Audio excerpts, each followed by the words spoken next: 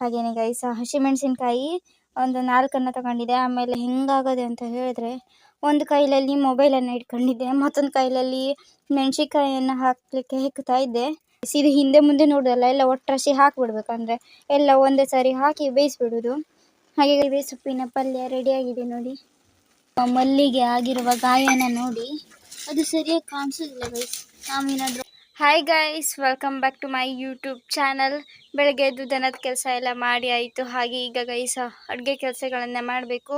ಹಾಗೆಯೇ ಗೈಸ್, ನೀವೇನಾದರೂ ನನ್ನ ಯೂಟ್ಯೂಬ್ ಚಾನಲ್ನ ಹೊಸದಾಗಿ ನೋಡ್ತಾ ಇದ್ದರೆ ಸಬ್ಸ್ಕ್ರೈಬ್ ಮಾಡ್ಕೊಳ್ಳಿ. ಹಾಗೆಯೇ ಈ ಒಂದು ವ್ಲಾಗ್ನ ಕೊನೆ ತನಕ ನೋಡಿ. ನಿನ್ನೆ ನಮ್ಮ ಮನೆಯಲ್ಲಿ ಹರಿವೆ ಸೊಪ್ಪನ್ನು ತಂದಿದ್ರು, ಹಾಗೆ ಅದನ್ನು ಈಗ ಪಲ್ಯ ಮಾಡುವ ಅಂತ ಇದ್ದೆ. ಯಾಕಂತಂದರೆ ಈಗ ನಾಳೆ ಆಗುವಷ್ಟರೊಳಗೆ ಅದು ಬಾಡಿ ಹೋಗಿರ್ತದೆ. ಮತ್ತು ನಮ್ಮ ಮನೆಯಲ್ಲಿ ಫ್ರಿಜ್ಜು ಇಲ್ಲ, ಹಾಗಾಗಿ ಇವತ್ತೇ ಮಾಡುವ ಅಂತ ಅಂದ್ಕೊಂಡಿದ್ದೆ. ಹಾಗೆ ಗೈಸ್ 6 ಕಟ್ಟನ್ನು ತಂದಿದ್ರು, ಅದರಲ್ಲಿ 3 ಕಟ್ಟನ್ನು ಈಗ ಮಾಡುವ ಅಂತ ತೆಗೆದಿಟ್ಟಿದೆ.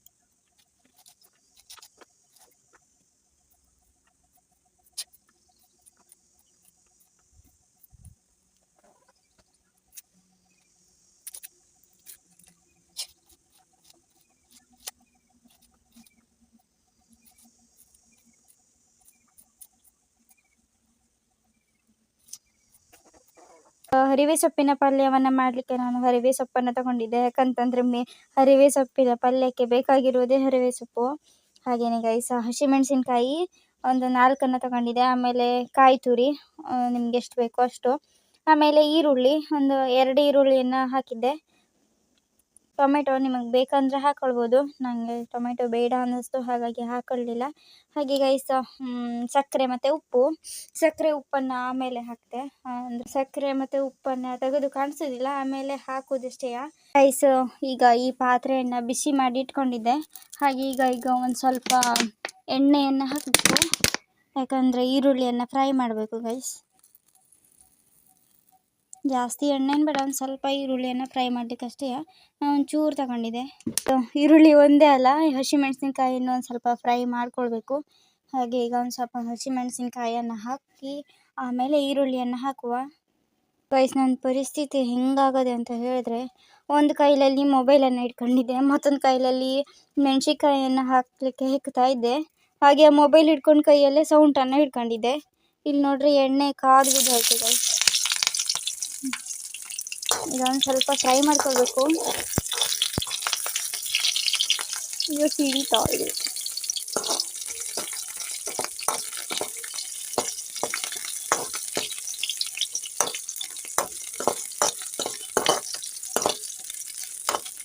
ಗೈಸ್ ನಂದು ಸರಿ ಒಂದು ಟ್ರೈಪಾಡ್ ಇಲ್ಲ, ಇದು ಒಂದು ಸೆಲ್ಫಿ ಸ್ಟಿಕ್ ಥರ ಇರೋ ಟ್ರೈಪಾಡು.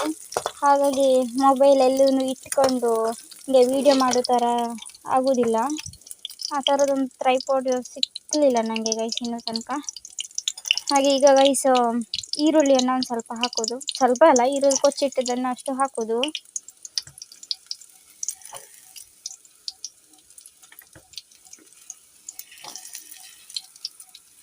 ಗೈಸ್ ನನಗೆ ಈಗ ಅನ್ನಿಸ್ತಾ ಉಂಟು ಎಂತ ಅಂದರೆ, ಹರಿವೆ ಸೊಪ್ಪನ್ನು ಎಲ್ಲವನ್ನು ಹಾಕಿಬಿಡ್ಬೇಕಿತ್ತು ಅಂತ. ಯಾಕಂದರೆ ಅದು ಮಾಡಿದ ಮೇಲೆ ಎಷ್ಟು ಆಗೋದಿಲ್ಲ, ಅದು ನೀರು ಬೆಂದ ಮೇಲೆ ಸ್ವಲ್ಪ ಆಗೋಗ್ಬಿಡ್ತದೆ. ಈಗ 6 ಕಟ್ಟಿತ್ತು, 6 ಕಟ್ಟು ಎಲ್ಲ ಅಷ್ಟೆಲ್ಲ ಯಾಕೆ ಅಂತ ಅನ್ನಿಸ್ತಿತ್ತು ಆವಾಗ. ಈಗ ಎಲ್ಲ ಹಾಕಿಬಿಡ್ಬೇಕಿತ್ತೇನೋ ಅಂತ ಅನ್ನಿಸ್ತಾ ಇದೆ. ಇರಲಿ ಇನ್ನೊಂದು ದಿನ ತಿನ್ಲಿಕ್ಕೆ ಆಗ್ತದೆ. ಈಗ ಮಾಡಿದ್ದನ್ನು ಒಂದು ಸ್ವಲ್ಪ ಚೂರು ಚೂರೇ ತಿಂದರೆ ಆಯಿತು. ಹಾಗೆ ಈರುಳ್ಳಿ ಹಸಿಮೆಣಸಿನ್ಕಾಯಿ ಜಾಸ್ತಿ ಆಯಿತು ಅಂತ ಅನ್ನಿಸ್ತದೆ. ಇದು ಇಷ್ಟದೇ, ಆದರೆ ನನಗೆ ಇದು ಬೆಂದ ಮೇಲೆ ಹನಿ ಆಗ್ತದಲ್ಲ, ಹಾಗಾಗಿ ಏನಾಗ್ತದೇನೋ ಅಂತ ಅನ್ನಿಸ್ತದೆ. ಈರುಳ್ಳಿ ಬೆಂದದೆ ನೋಡಿ. ಹಾಗೆ ಈಗ ಎಂತ ಅಂದರೆ ಹರಿವೆ ಸೊಪ್ಪನ್ನು ಹಾಕಬೇಕು ನೋಡಿ ಗೈಸ್. ಇದು 2-3 ಸತಿ ತೊಳೆದಿದ್ದು, ಆಮೇಲೆ ಮತ್ತೆ ಈಗ ನೀರನ್ನು ತುಂಬಿಸ್ಕೊಂಡು ಬಂದಿದ್ದೆ. ತುಂಬಿಸಿ ಇಟ್ಟಿದೆ ತೊಳ್ಕೊಂಡು ಬರಬೇಕಾದ್ರೇನೆ. ಯಾಕಂದರೆ ಗೈಸ್ ಇದ್ರೊಳಗಡೆ ಸಣ್ಣ ಸಣ್ಣ ರೀತಿ ಥರದ್ದೆಲ್ಲ ಇರ್ತದೆ, ಅದಕ್ಕಾಗಿ ಚೊಕ್ಕ ಮಾಡಿ ತೊಳಿಬೇಕಾಗ್ತದೆ ಒಂದು ಸ್ವಲ್ಪ.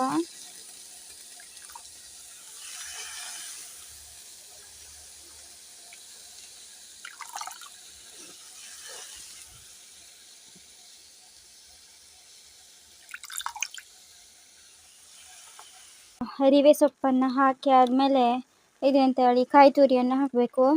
ಅದಾದಮೇಲೆ ಉಪ್ಪನ್ನು ಹಾಕಬೇಕು ಗೈಸ್. ಇದು ಹಿಂದೆ ಮುಂದೆ ನೋಡೋದಲ್ಲ, ಎಲ್ಲ ಒಟ್ಟರಸಿ ಹಾಕಿಬಿಡ್ಬೇಕು, ಅಂದರೆ ಎಲ್ಲ ಒಂದೇ ಸಾರಿ ಹಾಕಿ ಬೇಯಿಸ್ಬಿಡೋದು. ಹಾಗೆ ಗೈಸ್ ಉಪ್ಪನ್ನು ಹಾಕುವಾಗ ಒಂದು ಸ್ವಲ್ಪ ಕಡಿಮೆನೇ ಹಾಕಬೇಕು, ಯಾಕಂದರೆ ಇದು ಕರಗಿ ಹೋಗ್ತದೆ ಸೊಪ್ಪೆಲ್ಲವ.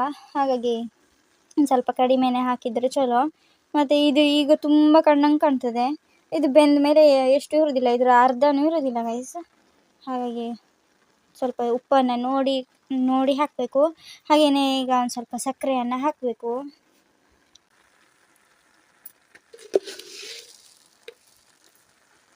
ಗೈಸ್ ನೀವು ಬೇಕಿದ್ರೆ ಬೆಲ್ಲವನ್ನು ಹಾಕ್ಬೋದು. ನಮ್ಮ ಮನೇಲಿ ಆ ಬೆಲ್ಲ ಇಲ್ಲ, ಜೋನಿ ಬೆಲ್ಲ ಅದೇ, ಅದಷ್ಟು ರುಚಿ ಆಗೋದಿಲ್ಲ ಅಂತ ಸಕ್ಕರೆನೇ ಹಾಕ್ತಿರೋದು. ಅಲ್ಲಿ ಉಪ್ಪೊಂದಷ್ಟೇ ಹಾಕಿ ಮಾಡ್ಬೋದು, ಆದರೆ ಸಕ್ಕರೆ ಹಾಕಿದರೆ ಇನ್ನೊಂದು ಸ್ವಲ್ಪ ಚೆಂದ ಆದಂಗೆ ಆಗ್ತದೆ. ಗೈಸ್ ಎಲ್ಲ ಹಾಕಿ ಆಯಿತು. ಈಗ ಒಂದು ಸ್ವಲ್ಪ ಸ್ಲೋ ಆಗಿ ಮಿಕ್ಸ್ ಮಾಡಬೇಕು, ಇಲ್ಲಾಂದರೆ ಕೆಳಗಡೆ ಬಿದ್ದೋಗೋ ಚಾನ್ಸ್ ಇರ್ತದೆ. ನಾವು ಒಂದೊಂದು ಸಾರಿ ಹೀಗೆ ಮಿಕ್ಸ್ ಮಾಡೋದಿಲ್ಲ, ಡೈರೆಕ್ಟ್ ಬೆಂದ ಮೇಲೇ ಮಿಕ್ಸ್ ಮಾಡಿಬಿಡ್ತೆ. ಹಾಗೆ ಈ ಥರ ಸ್ಲೋ ಆಗಿ ಮಾಡಬೇಕು ನೋಡಿ. ಗೈಸ್ ವಿಡಿಯೋದಲ್ಲಿ ಹರಿವೆ ಸೊಪ್ಪು ಒಂಥರ ಕಲರ್ಫುಲ್ಲಾಗಿ ಚೆಂದ ಕಾಣ್ತದೆ ನನಗಂತೂ. ಹೀಗೆ ರಿಯಲ್ಲಾಗಿ ನೋಡೋದಕ್ಕಿಂತ ವೀಡಿಯೋದಲ್ಲೇ ಚೆಂದ ಕಾಣ್ತದೆ ಗೈಸ್. ಇಷ್ಟಾದಮೇಲೆ ಒಂದು ಪಾತ್ರೆಯನ್ನು ಮುಚ್ಚಿ ಇಟ್ಬಿಟ್ರೆ ಮುಗೀತು. ಒಂದು 5 ನಿಮಿಷದೊಳಗಡೆ ಎಲ್ಲ ಬೇಯ್ತದೆ. ಇದು ಅಷ್ಟೇನು ಟೈಮ್ ತಗೊಳ್ಳೋದಿಲ್ಲ. ನೀರು ಒಂದು ಸ್ವಲ್ಪ ಏನಾದರೂ ಜಾಸ್ತಿ ಇತ್ತು ಅಂತ ಹೇಳಿದರೆ ಒಂದು ಸ್ವಲ್ಪ ಜಾಸ್ತಿ ಬೇಯಿಸಬೇಕು, ಯಾಕಂದರೆ ನೀರು ಆರಬೇಕಲ್ಲ, ಹಾಗಾಗಿ. ಸೊ ಗೈಸ್ ಇಷ್ಟ ಆಯಿತು. ಈಗ ಒಂದು ಬಟ್ಲನ್ನು ಮುಚ್ಚಿ ಇಡ್ತೆ, ಆಮೇಲೆ ನೋಡುವ ಬೆಂದ ಮೇಲೆ. ಪ್ಲೀಸ್ ಈಗ ನಾನು ಮತ್ತೆ ಗ್ಯಾಸ್ ಮೇಲೇನೂ ಬೇಯಿಸೋದಿಲ್ಲ, ಒಲೆ ಮೇಲೆ ತಗೊಂಡೋಗಿ ಇಟ್ಬಿಡ್ತೆ. ಸುಮ್ಮನೆ ಬೇಯ್ತಾ ಇರ್ತದೆ. ಮತ್ತು ಒಲೆನೂ ಒಟ್ಟಿದ್ದಾರೆ, ಮತ್ತು ಅದರಲ್ಲೂ ಗ್ಯಾಸಿಗೆ ಬೇರೆ ಕಷ್ಟ ಇದೆ, ಹಾಗಾಗಿ ಒಲೆ ಮೇಲೆ ತಗೊಂಡೋಗಿ ಇಟ್ಬಿಡ್ತೆ. ಈಗ ಹರಿವೆ ಸೊಪ್ಪಿನ ಪಲ್ಯ ರೆಡಿಯಾಗಿದೆ ನೋಡಿ. ಈ ಕಲರ್ ಬಂತು, ಮತ್ತು ನೋಡಿ ಇಷ್ಟ ಆಗಿಬಿಟ್ಟದೆ. ಸೊ ಈಗ ಟೈಮ್ 3:30 ಆಗದೆ. ಹಾಗೆ ಗೈಸ್ ಈಗ ನಾನು ತೋಟದ ಹತ್ರ ಹೋಗ್ತಾ ಇದ್ದೆ, ನಮ್ಮ ದನಗಳಿಗೆಲ್ಲ ಒಂದು ಸ್ವಲ್ಪ ಹಾಳೆಯನ್ನು ಕೊಯ್ದುಕೊಂಡು ಬರುವ ಅಂತ.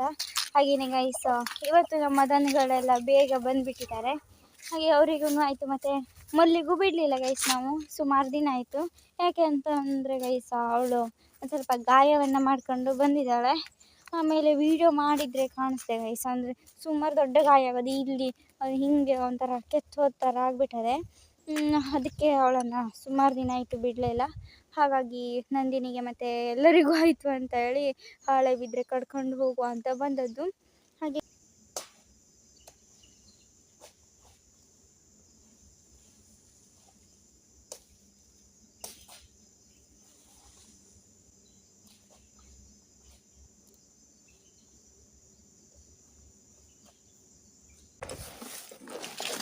ಗೈಸ್ ಹಾಳೆ ಅಂತೂ ಸುಮಾರು ಸಿಕ್ತು ಗೈಸ್ ನೋಡಿ, ಸುಮಾರು ಸಿಕ್ತು. ಹಾಗೆಯೇ ಗೈಸ್ ಈಗ ಹಾಳೆ ಬೇಗ ಒಣಗಿ ಹೋಗ್ತದೆ. ಹಾಗೆ ಅದಕ್ಕೆ ಸುಮಾರು ಹೊತ್ತಿ ಒಂದು 2-3 ತಾಸು ಆದಮೇಲೆ ಗಟ್ಟಿಯಾಗಿರ್ತದೆ, ಅದು ಎಂಥದಕ್ಕೂ ಬರೋದಿಲ್ಲ. ಹಾಗೆ ನಾನು ಮತ್ತೆ ಆಗಾಗ ಬಂದು ಹೋಗ್ತಾ ಇರ್ತೆ, ಹಾಳೆ ಏನಾದರೂ ಬಿದ್ದಿದ್ರೆ ಎತ್ಕೊಂಡು ಹೋಗ್ತೆ ಗೈಸ್. ನಮ್ಮ ಮಲ್ಲಿಗೆ ಆಗಿರುವ ಗಾಯನ ನೋಡಿ, ಅದು ಸರಿಯಾಗಿ ಕಾಣಿಸೋದಿಲ್ಲ ಗೈಸ್. ನಾವೇನಾದರೂ ಔಷಧಿಯನ್ನು ಹಾಕುವಂತ ಮಾಡ್ತೇವೆ. ಅದು ನೋಡಿ ಗೈಸ್ ಹೇಗಾಗಿದೆ ಅಂತ.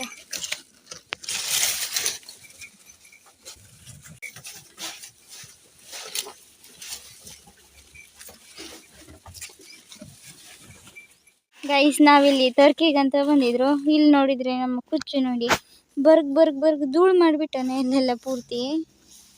ಹಾಗೆ ನಮ್ಮ ಚಾಕ್ಲೇಟೂ ಬಂದಿದೆ ನೋಡಿ, ಅವ ಅಲ್ಲಿ ಮುಂದವನೇ. ಗೈಸ್ ಇವತ್ತಿನ ಈ ಒಂದು ವ್ಲಾಗ್ನ ಇಲ್ಲಿಗೆ ಎಂಡ್ ಮಾಡ್ತೆ.